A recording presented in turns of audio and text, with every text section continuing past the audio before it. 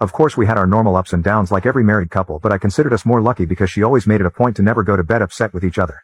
Sometime later life basically happened and I was promoted at my job. It meant more pay, but it also meant I would be traveling more for work conferences and business meetings.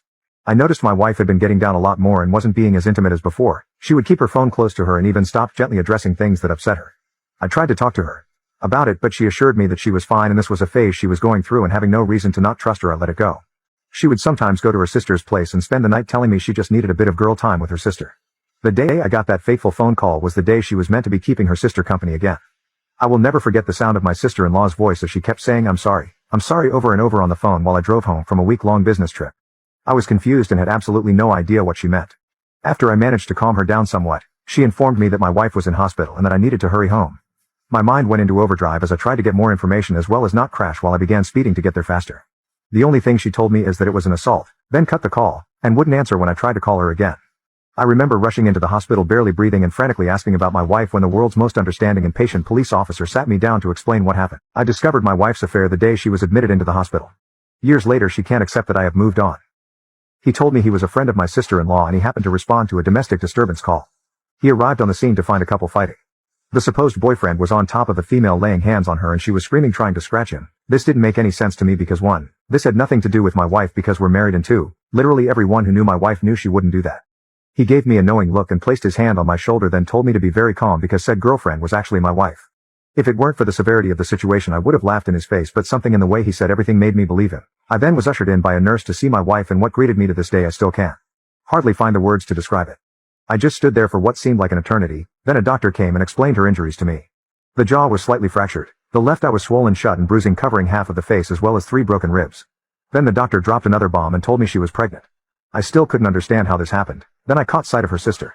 She at first tried to avoid me, but at the persuasion of her police officer friend she told her what she knew. It turns out my wife's ex had gotten in contact with her 5 months ago.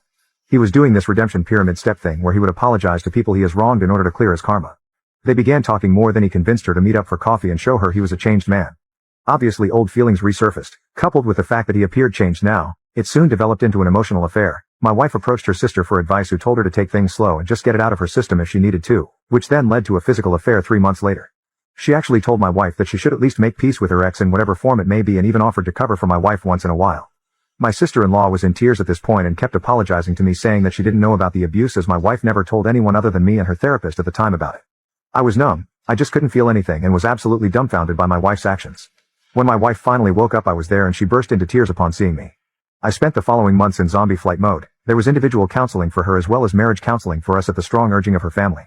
In counseling she was surprisingly forthcoming about how it happened and how she absolutely hated herself for causing me pain. She mentioned how at one point on her way home from his place she actually fantasized about driving into the river because she smelt like him and didn't want his scent to corrupt me. She said she tried to end it but was too weak, and only after learning that she was pregnant that it actually woke her up and made her realize that any further contact with this man was toxic to not only her but the unborn child as well. Hence she went to end things in person for good when he snapped on her.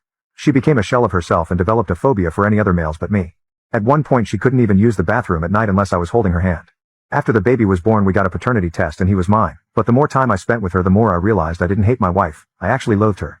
I couldn't see the woman I married but instead saw his leftovers each time I looked at her. I decided to leave because I was afraid I'd do something I'd regret and be exactly like her abusive ex. She begged me not to leave and even made the ridiculous offer of giving me a hall pass as well as slapping her if I wanted to. I knew at this point I had to get out. She was actually very generous during the divorce. She moved back into her parents and signed a very well thought out co-parenting plan issued by the courts. Moving forward 3 years later, I met my now fiancé by chance. I was in a bookstore with a buddy of mine and we were discussing Egyptian mythology when this beautiful woman approached me to correct me on my pronunciations of the Egyptian gods and cities. Needless to say, immensely impressed by not only her understanding but also by the fact that she is Egyptian herself. We exchanged numbers which eventually led us to dating. When I finally proposed to her it was actually in front of the peach tree I had planted years ago. I got down on one knee, but before I got my answer she ran into the house then came out with a ring as well. Turns out, she was actually planning on proposing herself because she was madly in love with me and she just didn't want any other woman to have me. My son, in all his sweet childlike innocence, told his mother what happened because he was present when it happened. My ex literally showed up that night in the rain yelling about how I could propose to my fiancé in front of our tree and that this isn't the end of us. I am completely exhausted at this point. I cannot go no contact because she is the mother of my child, but she is basically harassing me and my fiancé. How do I convince her to move on? To get over her fear of men and not force me to get a restraining order?